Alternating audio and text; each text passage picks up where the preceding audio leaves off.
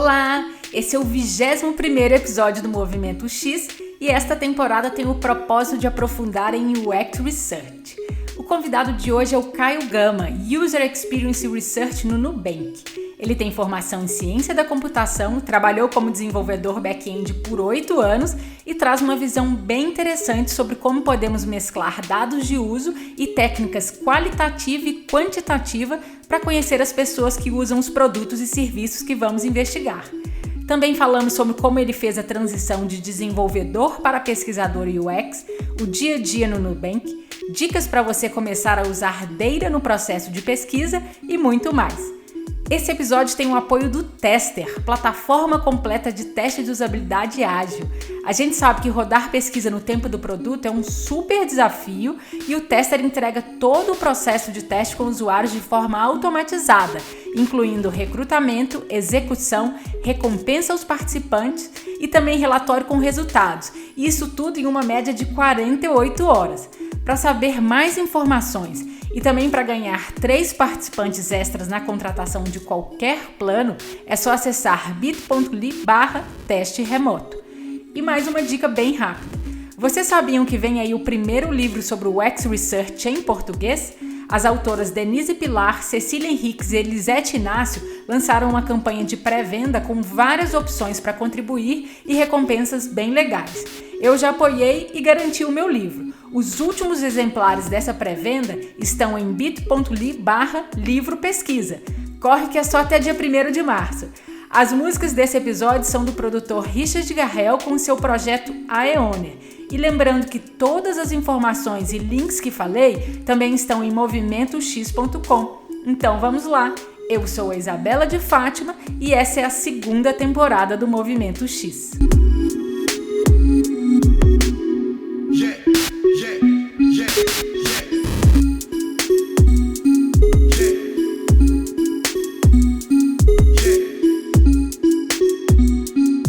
Oi Caio, tudo bom? Muito obrigada pelo seu tempo e pela presença aqui no Movimento X. Oi Isa, tudo bem? Sim, eu que agradeço pelo convite, viu? Imagina, muito legal falar com você. A sua formação é em ciência da computação e você também trabalhou como desenvolvedor back-end por alguns anos. Como que você começou a trabalhar com pesquisa? Na faculdade, a Faculdade de Ciência da Computação, ela é bem ampla, né? Eu tive aula desde eletrônica até gerenciamento de produto. Então, eu tive um espectro muito grande de informação. E dentro da graduação, eu tive algumas matérias voltadas para interação homem-computador, né? O HCI.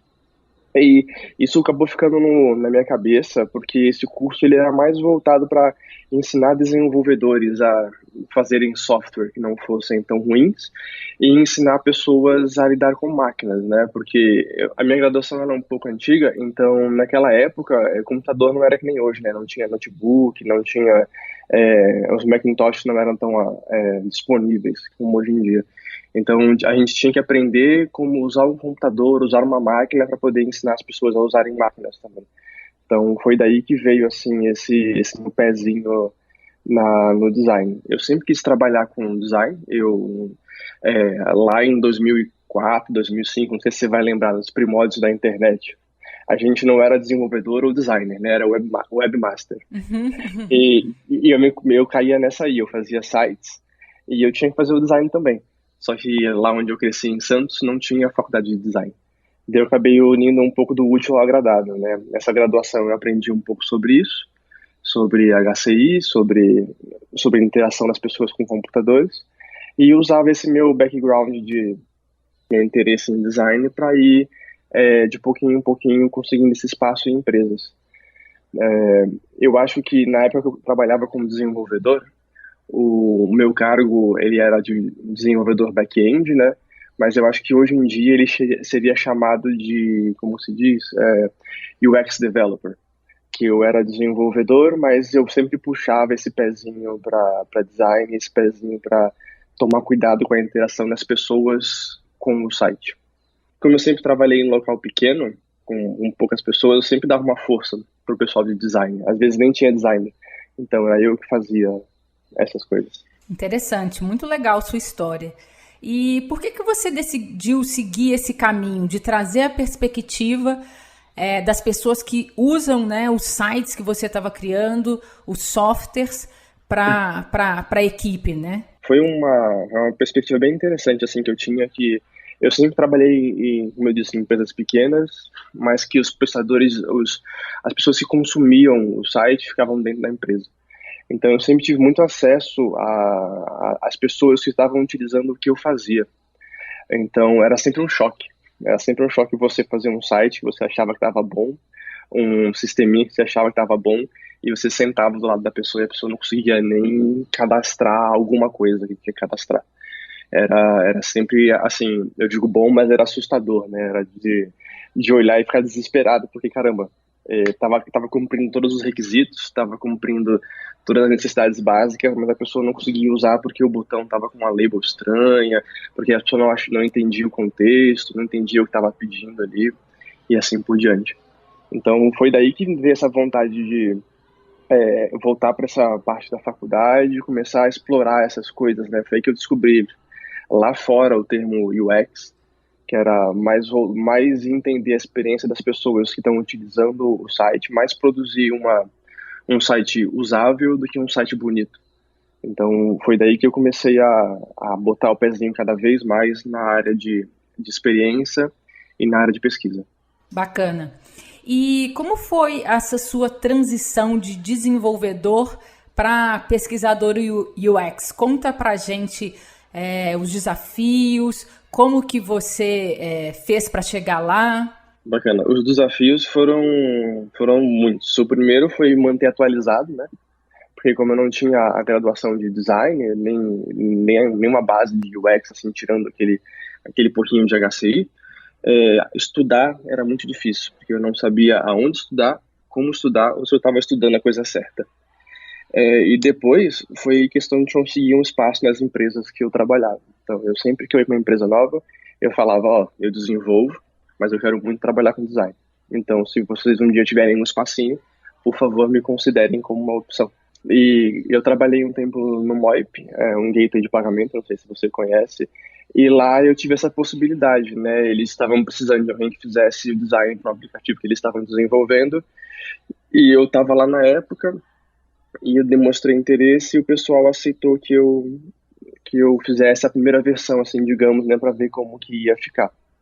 E foi de pouquinho em pouquinho conseguindo esse espaço, até eu conseguir uma vaga de pesquisa propriamente dita. E aí, essa primeira, a vaga de pesquisa, vamos chamar assim de pesquisa full-time, foi na Moip?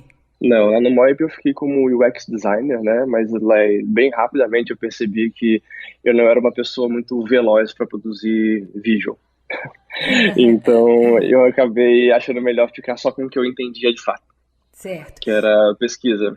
E onde foi o seu primeiro trabalho com pesquisa full-time e como foi isso? Como foi para você virar essa chave? Meu primeiro trabalho como pesquisa assim, full-time mesmo foi no Viva Real. E foi bem, bem divertido virar essa chave, assim, porque era bem o que eu queria, era bem o que eu estava tentando construir, de pouco em pouco, né, ao longo desses anos. E eu até brincava que era o trabalho que eu sempre quis, né. Eu consegui chegar onde eu queria chegar, que era trabalhar como pesquisa. Pode ter demorado um pouquinho, mas consegui. que alegria ouvir isso. Sim. Foi bem emocionante. Assim, quando eu fui aprovado, foi bem legal. E se você tivesse tido a oportunidade de fazer algo diferente nessa sua transição, o que seria? Acho que ficar mais próximo da comunidade de design, que eu sempre fui... Eu nunca fui de frequentar evento, assim, eu até ia, mas eu sempre ficava no meu canto lá, sabe? Então acho que eu teria me aproximado mais da comunidade e talvez eu tivesse tentado ser mais ativo na busca de uma vaga, né? Ter abordado mais pessoas sobre a disponibilidade de vagas de pesquisa. Isso é um ponto que eu quero que a gente aprofunde, mas eu vou deixar um pouquinho mais para frente, porque eu queria que a gente falasse um pouco mais sobre quando você virou essa chave. Que skills você percebeu que você precisaria desenvolver? As skills que eu mais senti falta quando eu migrei assim full time de desenvolvedor para pesquisador foram as skills de design, porque eu tinha muito pouco conhecimento em retratar aquilo que eu conseguia pesquisar. Então, de início, foi isso que eu mais senti falta. Porque o resto, a questão de entrevista, a questão de métodos de pesquisa, eu conseguia estudar por fora e praticar por fora, ter acesso em material acadêmico e em livros. Agora, a questão de design, de visual, é muito difícil de você reproduzir quando você não tem com quem compartilhar, né? Você fica na sua bolha. E isso, para mim, foi uma dúvida um impasse muito grande no começo, porque eu não sabia até onde ia meu trabalho na hora de entregar o material de pesquisa, né? Eu não sabia me comunicar direito com os designers. E uma das coisas que me ajudou muito foi que esse meu trabalho como desenvolvedor me mantinha muito perto de gerar dados. E era um negócio que eu sempre gostei de acompanhar. Eu estava sempre olhando as métricas de funis, as métricas de acesso, de comportamento mesmo dos serviços que eu acabava criando. E isso foi uma daquelas coisas que era muito valioso para mim como desenvolvedor. E também, quando eu fui fazendo a migração para pesquisa e para design, foi algo que me trouxe um olhar diferente, né? E eu entendia como que as coisas estavam, entre aspas, quebrando, então era mais fácil de propor soluções. Então, isso veio muito a calhar quando eu comecei a efetivamente botar o pé dentro de pesquisa. Muito legal ouvir isso, cara, porque eu acho que seu background é muito interessante, eu acho muito legal poder ouvir como você faz pesquisa com essa perspectiva. E hoje você é pesquisador no time de design do Nubank. Isso mesmo.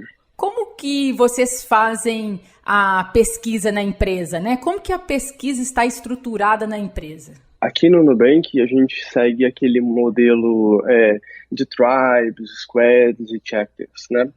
E então, no caso, pesquisa, ela não é um chapter, ela é, no caso, uma guilda. Então, tem diversas pessoas da empresa, de diversos backgrounds diferentes, que fazem pesquisa. No meu caso, eu fico alocado é um termo muito ruim, né? Mas eu fico dentro do time de design. Eu sou, digamos assim, o subchapter de design. Então, como eu te disse, aqui no Nubank, pesquisa é uma guilda. Significa que a gente tem diversas pessoas realizando pesquisa em diversas áreas. Essas pessoas não são pesquisadoras full-time, elas têm algum outro trabalho, alguma outra execução no dia a dia, mas elas têm um interesse muito grande em realizar pesquisa dentro da área de atuação delas, dentro do chapter delas, dentro do squad delas. E eu fico dentro do time de design e eu faço especificamente pesquisas de produto e design e auxilio alguma dessas outras pessoas que fazem pesquisa aqui no Nubank. Em quais áreas ou times essas pessoas que também fazem pesquisa, né, nem sempre full-time, elas estão inseridas? Aí varia um pouquinho, Isa. A gente tem pessoas desde da ouvidoria até, por exemplo, squads de produto específicos. Então, é bem plural mesmo, assim, é bastante gente. Muito legal ouvir isso. E então, né, entrando mais na sua atuação, você então trabalha no time de design. É só você? Tem outras pessoas? Para te dar um pouco de histórico, então, aqui dentro do Nubank, historicamente, o time de design sempre fez bastante pesquisa. Então, a gente tem alguns designers que têm um background muito bom em pesquisa e faziam isso antes de eu entrar. Hoje, todos os designers têm a liberdade para fazer pesquisa, tanto que eu não sou a única pessoa que realiza. Em alguns momentos, eu auxilio eles a fazer e não necessariamente executo full-time. Eu auxilio eles e eles vão para campo, podemos dizer assim, né? Uhum. E além disso, além de mim, temos uma estagiária, que é a Beatriz, que ela é estagiária de design, então ela ajuda todos os times e fica um tempo em cada time, assim, em cada subtime de design, e hoje ela está ajudando em pesquisa também. Bacana. E qual que é a vantagem, na sua opinião, né, de ter pesquisadores focados em design, em produto, ao mesmo tempo que tem em outras áreas, né? Por que você acha que isso acontece, que faz sentido? Eu acho que dentro de design a gente tem duas vantagens. Uma é o termo empatia, né, que a gente tem falado bastante. Quanto designer, somos muito empáticos. Então é muito fácil para a gente entender as pessoas a fundo, né? E o outro é que design costuma ser uma disciplina bem horizontal.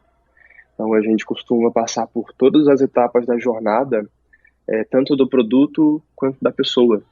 E essa mistura, para mim, é muito interessante. É uma química que gera resultados muito bons. E como é a sua atuação, o seu dia a dia mesmo no time de design? Muda muito de semana para semana. Eu não tenho nenhum calendário fixo, assim, digamos. Eu faço parte de um squad. Apesar de ajudar o chapter de design como um todo, eu fico dentro de um squad. A minha atuação principal é dentro desse squad. E eu costumo dizer que o meu papel lá dentro é trazer a voz do usuário que está lá fora para dentro do squad, né? Manter essa ponte constante com eles. Então, o meu dia a dia está sendo sempre engajar tanto com o designer quanto com o PM para ver quais são as necessidades que eles estão sentindo, olhar para o futuro também e começar a planejar pesquisa, executar algum tipo de entrevista, ficar de olho nas métricas que a gente tem para começar a trazer mais valor para o time. Fora isso, com o chapter de design, a gente tem alguns eventos fixos. Quinzenalmente, por exemplo, a gente sempre faz algumas entrevistas, digamos assim, um pouco mais soltas, né? Mais livres e mais exploratórias do que seguindo um roteiro fixo, aquele negócio de a gente gosta de manter um contato constante com os nossos usuários. Muito bacana. E como que vocês fazem para isso acontecer? Né? O que é o bastidor disso? Desses encontros quinzenais, por exemplo? Essas conversas quinzenais, elas são bem exploratórias, né? A gente tem uma data específica onde a gente entra em contato com algumas pessoas. Hoje, a gente está focando bem específico num tópico da NuConta, então a gente entra em contato com essas pessoas que já são usuários da NuConta. E como que funciona? Como eu disse, é uma pesquisa bem exploratória, é mais para a gente manter contato com essas pessoas e estar conhecendo o dia a dia delas. Então, o que eu costumo fazer é, alguns dias antes, eu entro em contato com os designers, os PMs, os canais no Slack que têm interesse nesse tipo de público e aviso eles, falo, ó, galera, quarta-feira que vem a gente vai falar com esse pessoal, quem tiver alguma dúvida, quer testar alguma coisa, me fala, já deixa aqui na thread que a gente já começa a montar um pseudo-roteiro e já começa a ver o que a gente precisa para testar. Às vezes precisa fazer um protótipo, às vezes precisa só ter as telas estáticas e às vezes a gente faz só ligação, a gente nem recebe a pessoa aqui. A gente só liga para as pessoas e conversa com elas sobre alguns tópicos mesmo. E além, né, desse trabalho de pesquisa contínuo, como que vocês decidem o que deve ser investigado e como que vocês priorizam os projetos? Aí, Isa, depende muito de squad para squad. O squad que eu tô hoje, como que eu faço? Eu acompanho bastante as métricas que a gente tem, né, dos usuários. Eu troco bastante ideia com o PM e com os designers desse squad para a gente ver quais são as próximas coisas que a gente quer desenvolver, quais são as coisas que já estão no backlog, para poder já começar a se planejar tanto para executar para agora, quanto para o futuro. Agora, nos outros squads, acaba variando muito do acordo entre o designer e o PM, né? Como que eles, vamos dizer assim, entre aspas, aí, muitas aspas, tomam conta do squad, né? E como que é uma visão um pouco mais macro, assim? Porque você está contando do dia a dia, né? Vocês têm alguma forma ou atuam de uma forma mais macro e com uma visão mais, vamos chamar assim, a médio e longo prazo, tendo em vista que o Nubank sempre tem lançamentos de produtos, de novas features? Daí também varia um pouco de squad para squad. A gente tem sim um planejamento de médio e longo prazo, que ele corre em paralelo com o que a gente está executando no momento, né, para pesquisas que têm um impacto no agora. Essas pesquisas que têm um impacto em médio e longo prazo, elas são feitas muito em paralelo e muito alinhado com os designers e os PMs, alinhados na visão de futuro que aquele squad quer entregar. Então, às vezes, a meta é atingir lá longe, então a gente já começa agora a fazer uma pesquisa que ajude a dar embasamento para o squad chegar lá longe. Como que é o processo de pesquisa com dados? Por exemplo, quando você começa uma investigação do comportamento dos usuários com dados, né? Qual que é o passo a passo? Não tem um passo a passo muito bem definido, até porque das empresas que eu passei, eu fazia isso diferente da forma como que eu faço aqui, dadas as ferramentas que as empresas têm, né? Aqui dentro do Nubank, eu começo muito olhando para o nosso Amplitude. Não sei se você conhece a ferramenta. Então, eu começo muito olhando para o Amplitude para ver o que eu tenho lá, né? Quais são os dados de comportamento que a gente tem no Amplitude, na ferramenta. E dali eu começo a criar meio que um mini entendimento de como as pessoas estão usando o nosso produto, para que elas estão entrando, o que elas estão fazendo e assim por diante.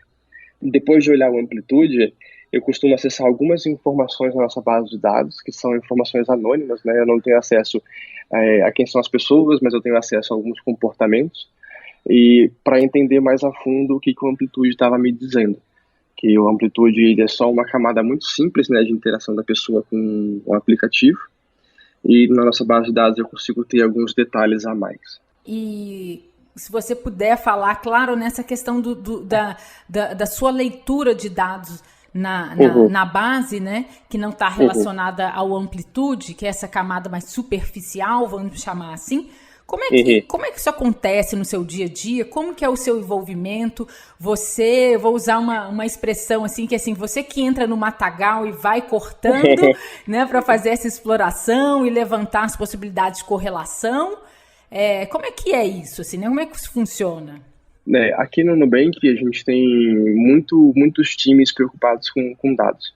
Então, eles já disponibilizaram para a empresa inteira algumas ferramentas que facilitam o acesso aos dados, né? A gente tem o Metabase aqui dentro, e no Metabase eu consigo fazer algumas queries. Nos dados que a gente tem. Além disso, eu uso uma ferramenta chamada Jupyter, Jupyter Notebooks, que ele é um notebook, é como se fosse um caderno científico, onde eu consigo emular Python. E dentro desse caderno, com o Python, eu consigo também acessar a nossa base e gerar algumas análises mais complexas, mais profundas, que eu não consigo no Metabase, por exemplo. Então, varia muito de situação para situação, depende do quão a fundo eu tenho que ir, né?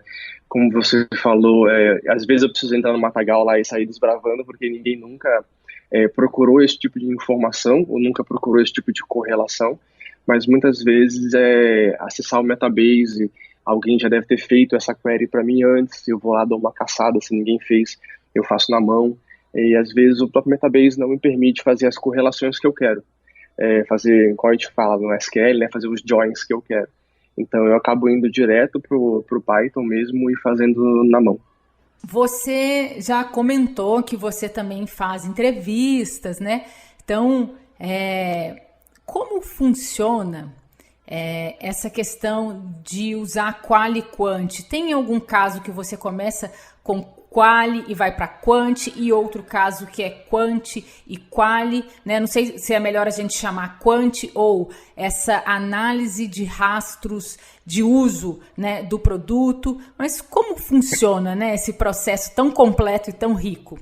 Vamos tentar tirar uma confusão aqui, né? Que quando a gente fala quant, em pesquisa, a gente acaba pensando muito em surveys, né? Em formulários online ou offline, mais nesse tipo de coisa. Certo. Então, e também tem a parte da análise de dados, né? Que a gente também chama de análise quantitativa ou até de quant.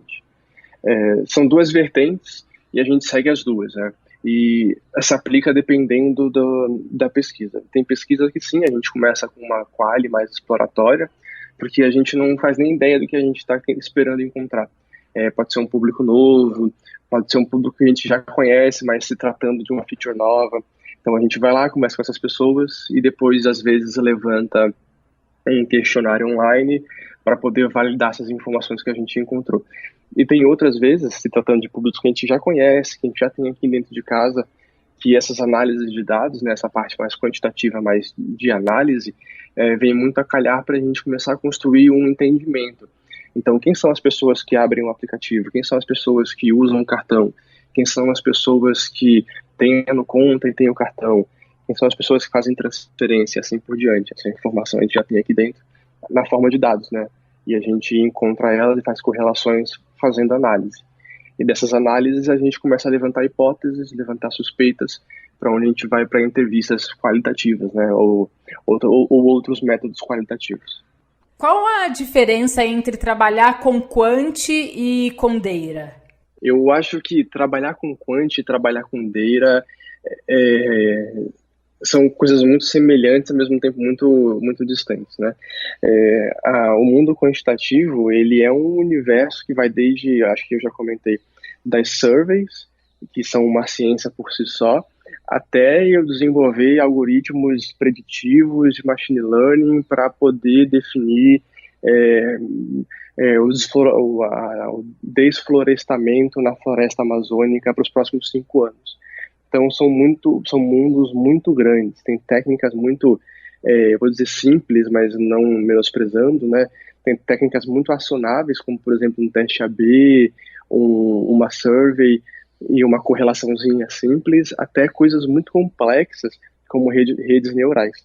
E isso é um negócio muito difícil de tirar essa ambiguidade numa conversa de alto nível. A gente tem que acabar entrando e falando de técnica.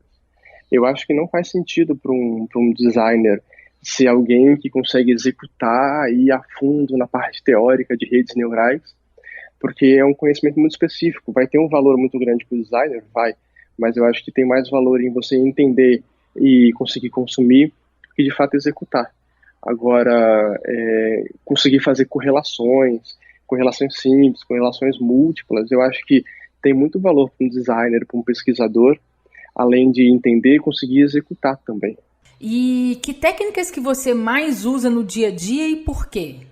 Então, o que eu mais faço no dia a dia mesmo seria ficar olhando para esses dados que a gente tem e tentar encontrar hipóteses, tentar encontrar especulações, além de entrevistas mesmo. Da entrevista você entenda por telefone, presencial, teste de usabilidade e assim por diante. Você falou que você tem uma rotina na qual você fica olhando para os dados. Isso. Como você faz para monitorar, se essa é a melhor palavra, né, os dados relativos ao que as pessoas já estão usando hoje, né, e ao mesmo tempo tem sites para o direcionamento de novos produtos, que é uma coisa que o Nubank faz constantemente? Tá, eu acho que é uma pergunta que ela tem 2 respostas. A primeira eu fico olhando para os dados, mas não quer dizer que eu fique lá, como se diz, só olhando para os números, tipo a telinha do Matrix, né? Eu fico olhando para perguntas específicas. Então, como que está sendo o uso de tal feature? Como que está sendo o uso de tal funil? E assim por diante. Eu fico monitorando informações específicas com frequência. Agora, como que eu uso essas informações para ver novas features vai muito, por exemplo, de algumas das ferramentas que a gente tem aqui dentro. Então, por exemplo, a gente usa o Product Board. E lá no Product Board a gente coleta feedback de usuário. Então, eu faço um paralelo entre o que as pessoas estão pedindo e como elas estão usando o nosso produto. Se elas estão pedindo muito uma feature X, e eu vejo que elas já estão solucionando essa feature dentro do nosso produto de alguma outra forma, já começa a gerar ali ideias para sugestões de novos produtos. Tem alguma técnica para baixar os dados, por exemplo, e explorar essas correlações e também entre as variáveis? Como é que você faz isso no dia a dia? Eu acho que assim, uma técnica para baixar os dados depende muito do local onde você está. Se você tiver acesso à base de dados da sua empresa, você simplesmente entra lá com um SQL da vida e usa o SQL para fazer uma extração simples. Se você não tiver, você pede para um analista de dados da sua empresa que ele provavelmente vai te passar um arquivo CSV aí para você trabalhar com. Agora, fazer a análise já começa a demandar conhecimentos, né, de matemática, de estatística e um pouco de alguma linguagem de programação ou de alguma linguagem específica para fazer análises, né? O Excel, ele já resolve muito disso. O Excel, ele é muito bom para fazer correlações simples, né? Aquelas correlações se a variável A e a variável B crescem na mesma tendência. O Excel já é muito bom para fazer isso. Agora, quando você começa a adicionar múltiplas variáveis e assim por diante, eu acho que vale a pena sair do Excel e ir para um Python, ir para alguma outra linguagem mais robusta. E você sabe aonde coletar os dados? Eu acho que é um pouco parecido com uma questão qualitativa, que coleta de dados, ela existe tanto em quanti quanto em quali, né? Só que de formas diferentes. Na parte quali, eu preciso saber qual é o método de pesquisa que eu vou utilizar para ter o acesso àquele dado da forma mais pura possível ou da melhor forma possível. Já em quanti, eu preciso saber qual é a base de dados que está aquele dado. Eu preciso saber se aquele dado foi normalizado, se ele já foi tratado de alguma forma, se ele sofreu alguma alteração e assim por diante. Então, te respondendo e não te respondendo, é difícil eu saber sempre aonde está aquele dado, principalmente numa empresa do tamanho do Nubank, que é muito grande e gera muita informação. Então, eu acabo consultando algum dicionário de dados que a gente tenha, que me fale, por exemplo, o evento de login se chama login e está na base A, por exemplo. Pensando, né, nesse seu mix de técnicas e com essa sua visão holística, né, das formas que a gente tem para conhecer as pessoas, as técnicas que você usa para conhecer o comportamento dos usuários são diferentes das que você usa para testar hipóteses, por exemplo? Eu gosto de acreditar que é tudo uma questão de complemento, né? Falando de técnicas, eu acho que as técnicas para testar hipóteses e as técnicas para conhecer pessoas, elas são diferentes, mas elas têm o mesmo e-mail, né? Então, vou citar um exemplo para não ficar tão ambígua. Uma entrevista de profundidade pode servir tanto para conhecer comportamento quanto para validar uma hipótese. E o mesmo se aplica para técnicas quantitativas, né? Eu posso fazer uma análise de dados aqui para poder começar a ter um sentimento de como essas pessoas estão se comportando e utilizando o aplicativo, e eu posso fazer uma análise de dados para poder ver resultados de um teste A/B ou mensurar se o que a gente fez teve o impacto esperado e assim por diante. Existe algum momento do produto que faz mais sentido usar um tipo de abordagem do que outra? Por exemplo, qualitativa, quantitativa. Isso acontece? Eu não sei se tem relação mais com o momento do produto ou sim com a quantidade de conhecimento que a gente tem sobre aquele usuário. Eu acho que quando a gente já tem alguma base de conhecimento, a gente pode começar a explorar um pouco através de métodos quantitativos. Agora, se eu não tenho nada de informação sobre aquela pessoa, é óbvio que eu posso ir lá e fazer uma desk research, né?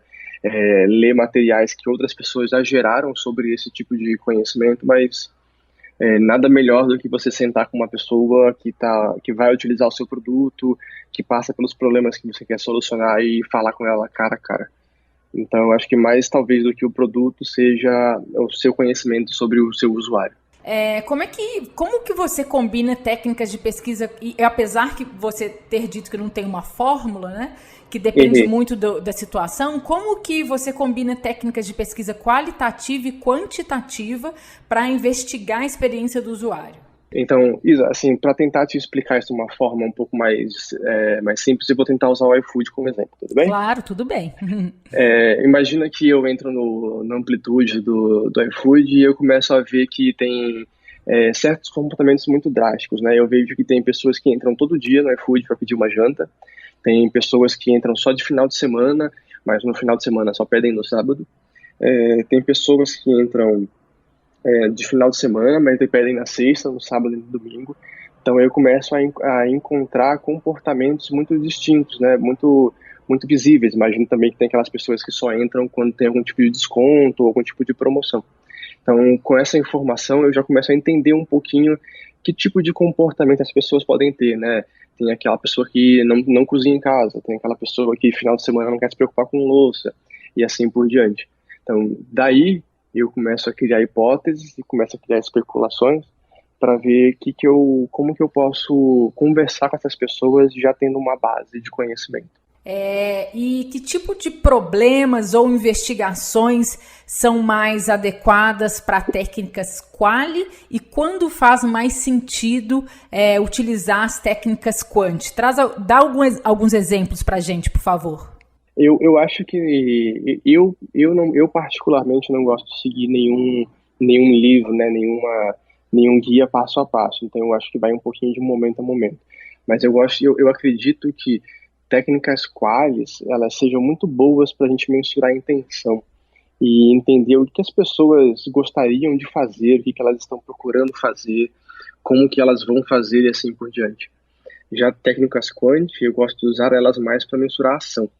Então, um teste A/B para poder mensurar quem foi para onde, uma análise de dados na base para mensurar quem fez o quê, e assim por diante. Enquanto em entrevistas, a gente até pode mensurar esse tipo de ação através de um teste de um protótipo, mas a escala é tão pequena que um teste A/B seria mais, digamos assim, mais verdadeiro, né?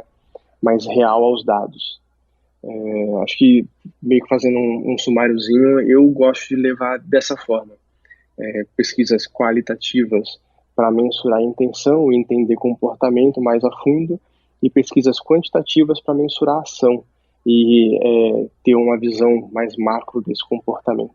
Quando eu escolho, né, eu opto por fazer uma survey e quando faz mais sentido olhar para a base de dados? Aí, Isa, eu acho que depende do tipo de informação que você está querendo. Tem informação que a gente tem na base, né, como por exemplo, imagina que no iFood o endereço da pessoa ou o último pedido. E agora tem informações que a gente não tem e a gente precisa extrair na hora. Aí a survey facilita, né, a pesquisa online facilita, ou offline no caso, facilita muito o acesso a esse montante de informação em volume razoável. Só que surveys, elas são uma ciência por si só.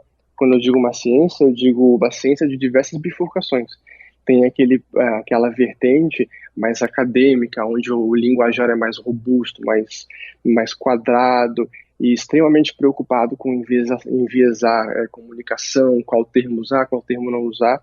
E tem uma vertente um pouco mais leve, né, que começou a reparar que as pessoas não entendem mais esse linguajar tão rebuscado, que as pessoas não entendem tanto uma diferença entre ter e usar e assim por diante, sabe?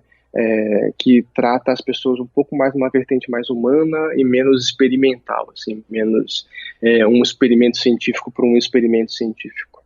Interessante, muito legal. E você pode dar alguns exemplos de cenários no qual o Nubank usa teste A/B? A gente costuma usar muito o teste A/B para validar hipóteses que são mais fáceis de validar no campo do que por pesquisa. Então, por exemplo, se a gente tem uma dúvida se comunicar de forma X ou de forma Y, um call to action vai ter impacto, ao invés de eu fazer isso numa survey ou fazer isso em entrevistas, como o custo de desenvolver isso é tão baixo, né, trocar ali um label, trocar a forma de alguma coisa, a gente opta por desenvolver e fazer um teste A/B, porque tem essa gama de aprendizados, ao invés de testar isso de forma, vou falar offline aqui, né, mas de forma não ao vivo. Vocês então testam, o teste A/B ele serve mais para elementos menores ali, mais para o micro, ou vocês olham também para o macro, por exemplo, uma tela toda? Tanto para o micro quanto para o macro. A gente costuma fazer trade-offs como, por exemplo, tempo de desenvolvimento versus qualidade do aprendizado, né? Nessas horas, no teste A/B, a gente tem muito o ganho da significância estatística, né? A gente vai ser capaz de mensurar quantos por cento da base teve preferência pela versão A versus a versão B, que vai ser um valor muito rico, porque a gente para de falar de intenção e começa a falar de ação. No teste AB eu mensuro ação e não intenção. Então, em momentos que a gente precisa mensurar esse tipo de coisa, é onde a gente vai. O teste AB é feito por você ou pela equipe de dados? Como é que funciona essa atuação no dia a dia? Ou vocês trocam? Como que se dá? Depende muito do squad. Eu não acho que eu não posso entrar muito em detalhe, porque é uma resposta a sabonete, né? Depende muito. Mas varia muito de squad para squad. Tem squad onde eu participo, tem squad onde tem analistas próprios para fazer isso, tem squads onde o PM toma conta dessa responsabilidade e assim por diante. Bacana. E a questão de optar por survey ou teste AB, né? Tem a questão da ação e a intenção, né? Eu acho que, como exemplo, o teste AB é muito bom para mensurar a ação. Então, no teste AB eu consigo saber quantos por cento das pessoas conseguiram concluir aquele call to action fidedignamente. É um dado real. Já numa survey, a gente consegue mensurar mais intenção, né? Qual é a intenção da pessoa lidando com aquele produto. Então, fica aí mais num aspecto interpretativo ainda, e não num aspecto real, né? Não na conclusão da tarefa. Muito legal. Como usar dados e definir parâmetros para analisar uma experiência que pode ser subjetiva, né? E no fim e a pessoa conseguiu realizar a atividade, como por exemplo, realizar um pedido no aplicativo, e a gente conseguir descobrir se aquela experiência foi positiva ou negativa. Bacana. Eu gostei que você usou um termo muito técnico, que foi parâmetros, né? Para a gente definir sucesso, a gente precisa de parâmetros para entender o que é sucesso. Então, uma experiência de sucesso dentro do iFood pode ser fazer o pedido, pedir o jantar em menos de 1 minuto e meio. Como que a gente chegou nesse 1 minuto e meio? Foi através de análise de dados ou foi através de conversar com pessoas e chegar numa conclusão sensata? Metrificar a experiência é um negócio muito complicado. Eu acho que a experiência ela não está só em dados, ela está em qualidade também. E mensurar qualidade através de performance, eu acho que a gente pode dizer que entre aspas, um tabu. Porque eu posso terminar o fluxo em 35 segundos e não estar satisfeito com esse fluxo, mas terminei ele em 35 segundos. Então, eu acho que é um complemento de informações. Eu preciso conhecer as pessoas para eu poder setar esses parâmetros, né? Para eu poder definir qual seria o tempo ideal de conclusão de um fluxo, para eu tentar entender qual seria o tempo ideal de interação entre a pessoa e o aplicativo, para depois começar a mensurar isso na nossa base. Porque senão eu posso estar mensurando com base na minha expectativa e não no que o usuário de fato espera do produto, né? Muito legal, muito bacana mesmo. Como você materializa pesquisa e transforma os insights em acionáveis para os produtos e serviços? Eu gosto muito de trazer o designer e o squad para dentro da pesquisa. Então, a gente costuma transmitir a pesquisa ao vivo para o squad, e o designer está participando comigo. Para quê? Para a gente poder digerir essa informação de forma coletiva e não ser necessário que eu termine a pesquisa, gere um documento e encaminhe para as pessoas. Isso não quer dizer que eu não faço isso, né? Quando a gente termina a pesquisa, eu gero uma documentação e essa documentação vai com comportamentos encontrados dentro da pesquisa, que não gera por si uma lista de acionáveis, gera uma lista de comportamentos que a gente encontrou. Os acionáveis, eles são criados junto com o time, principalmente quando eu não faço parte do squad, porque daí eu tenho menos contexto do que o resto do time para poder gerar uma solução. Interessante, faz bastante sentido, né? Você pode citar alguns exemplos de materialização, de acionáveis que vocês criam? Claro. Um pouco desse meu background mais da ciência, né, da ciência da computação, me fez tender mais para relatórios de comportamento do que outros tipos de documentação. Então, eu costumo, a entrega simples, assim, digamos, né, é um documento, um toque no Word, lá no Google Docs, de 5, 6 páginas, relatando tudo que a gente encontrou. Mas isso não quer dizer que eu não gere materiais que acompanhem, né? Então, além dessa entrega desse documento, Às vezes tem uma jornada do usuário, às vezes tem um documento, vamos dizer assim, mais bem desenhado sobre o que a gente encontrou para poder digerir melhor a informação. Já precisei fazer como se fosse uma timeline explicando todas as interações entre a pessoa e o produto e assim por diante. Eu acho que o entregável ele varia muito da situação. É uma daquelas respostas meio fugindo, né? Depende, mas é isso, depende. E eu acompanho, né, as publicações do time de design no Medium e eu já vi, né, que vocês fazem personas em alguns casos. Eu queria que você me contasse mais sobre isso e se vocês usam dados para criar personas, como esse equilíbrio entre, né, o que as pessoas falam que fazem, né, por meio das entrevistas, com o que a gente de fato nota que elas fazem. Personas é um assunto bem sensível, né? Com cada designer que você conversar, ele vai ter uma experiência e uma expectativa sobre personas, e cada área da empresa que você falar com também vai ter uma expectativa e uma experiência com personas completamente diferentes. Então, aqui dentro do time de design, a gente usa personas como uma ferramenta de empatia. Elas até têm alguns aspectos que vêm de dados, mas esses aspectos a gente não torna eles transparentes, né? A gente não fala que as pessoas foram feitas em cima de tais e tais dados. A gente leva elas como uma ferramenta de empatia que mostra muito o comportamento daquele grupo de usuários e como que isso impacta no produto.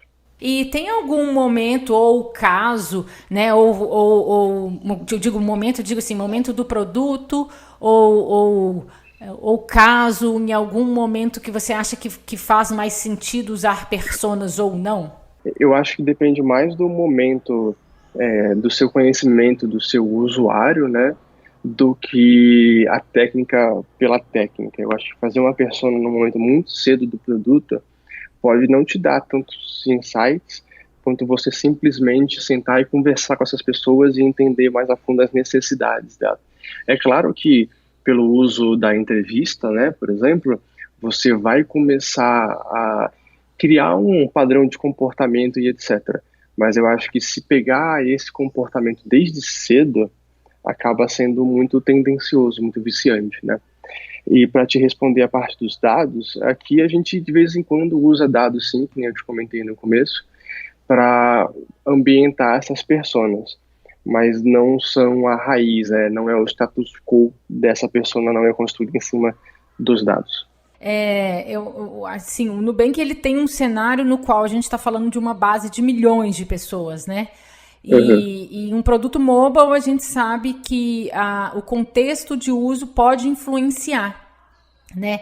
Como aquela pessoa está utilizando features, serviços.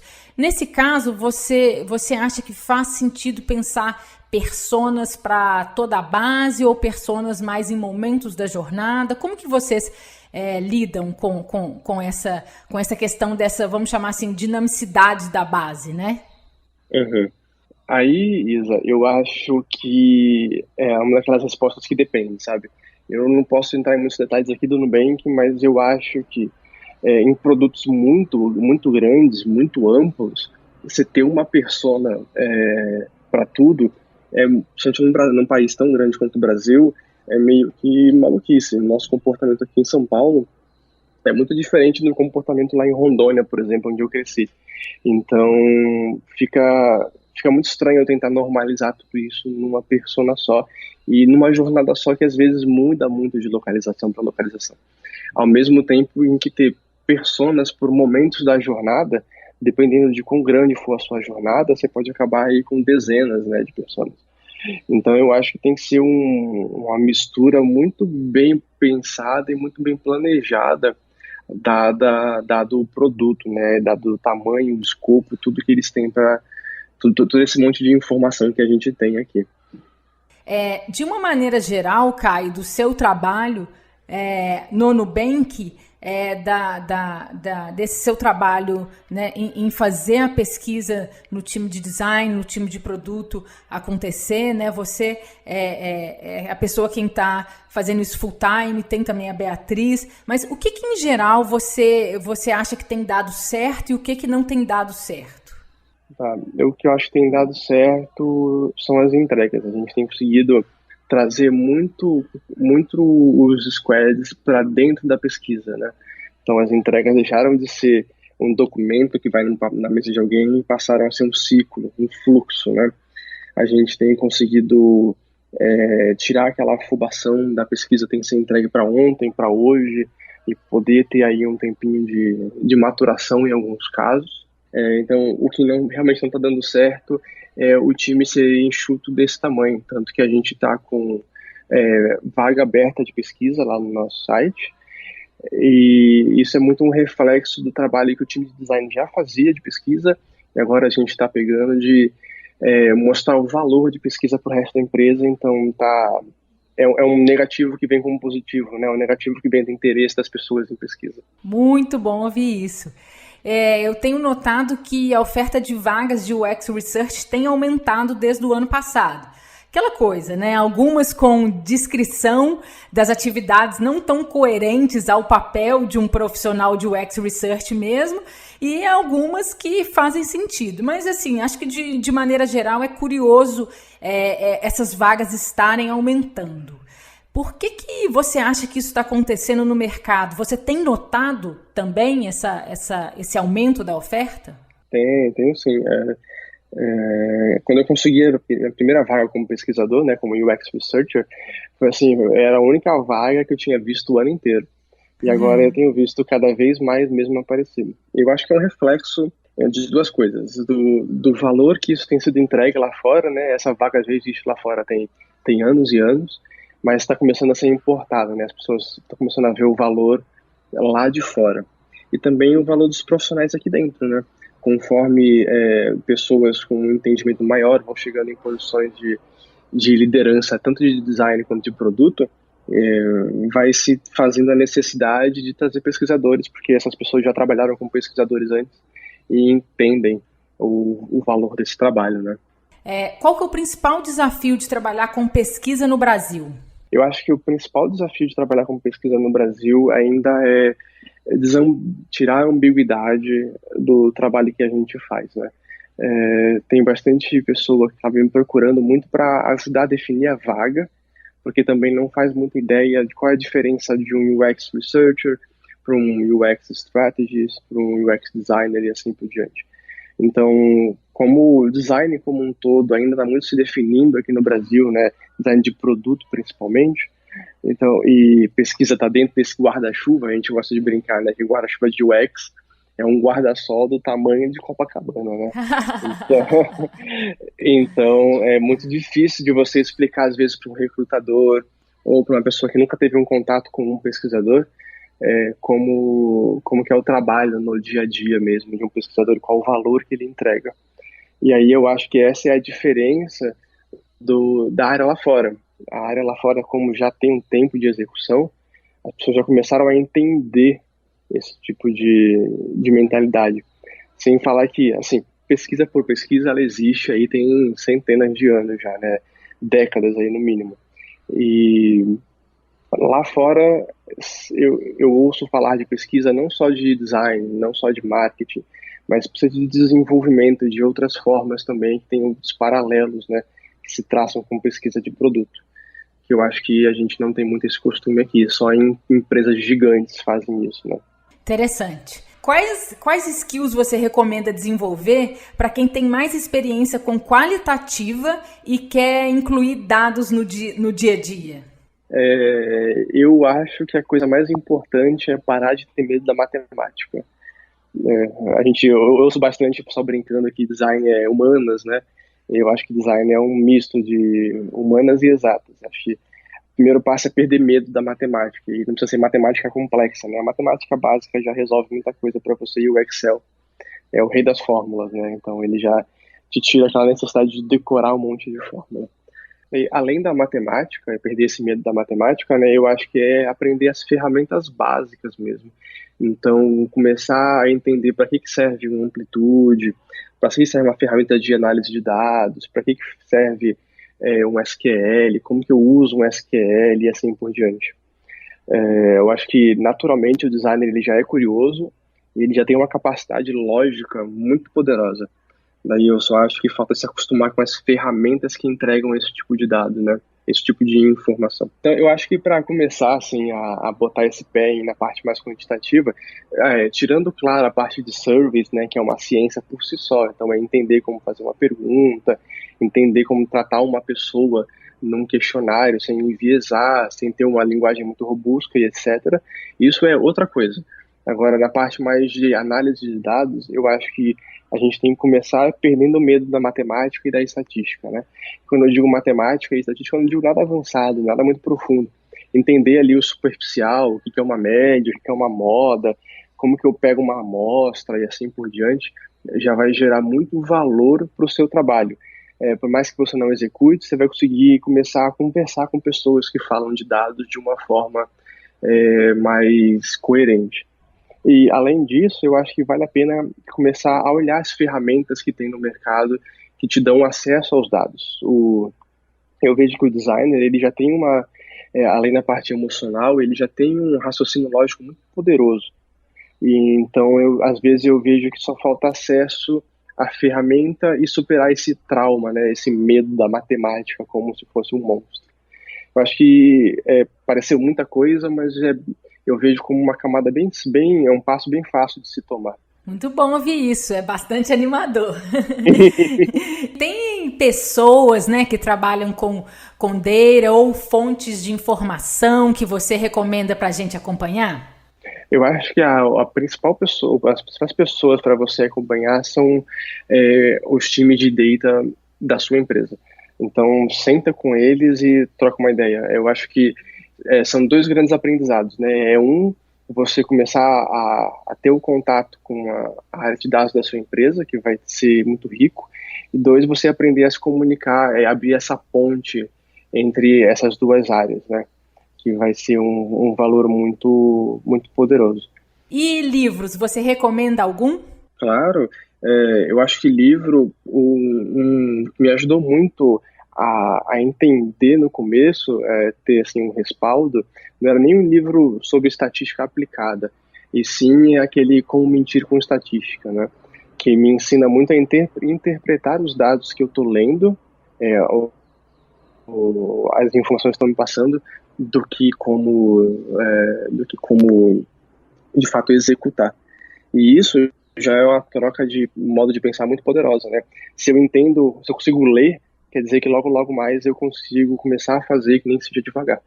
Daí, para começar a fazer, tem alguns eu vou falar o nome, talvez esteja falando errado, tá? Desculpa, que é da O'Reilly, que eu não lembro de cabeça, mas eu acho que é Data Driven Design, algo do tipo, que é muito bom e dá um contexto muito interessante sobre como começar a utilizar dados dentro do mundo de design. Caio, já tomei mais de 1 hora do seu tempo e quero agradecer muito pela sua participação. Foi muito rico, eu aprendi muito com você e espero que a gente possa conversar outras vezes mais sobre esse tema, que eu acho que é um tema bastante interessante e rico. Bacana. Eu que agradeço, Isa, o convite. Eu fiquei muito, muito feliz de poder participar. A primeira vez que eu participo de um podcast assim eu achei bem interessante. Quando você quiser conversar, é só me procurar, fica à vontade. E vai ser um prazer poder continuar conversando contigo sobre o assunto no futuro. Que ótimo, Caio. Muito obrigada e até a próxima, então. Eu que agradeço. Tchau, tchau.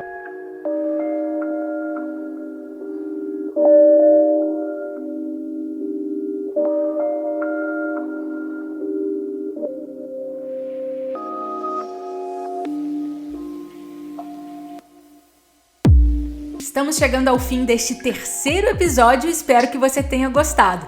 Essa edição teve o apoio do Tester, que é uma plataforma completa de teste de usabilidade ágil. O Tester entrega todo o processo de teste com usuários de forma automatizada, incluindo recrutamento, execução, recompensa aos participantes e também relatório com os resultados. Isso tudo em uma média de 48 horas. Agora você não tem mais desculpa para dizer que não dá para rodar pesquisa na sprint, hein? E para você que acompanha o Movimento X, tem a vantagem de ganhar 3 participantes extras na contratação de qualquer plano. É só acessar bit.ly/teste remoto. Obrigada por ouvir até aqui e até já!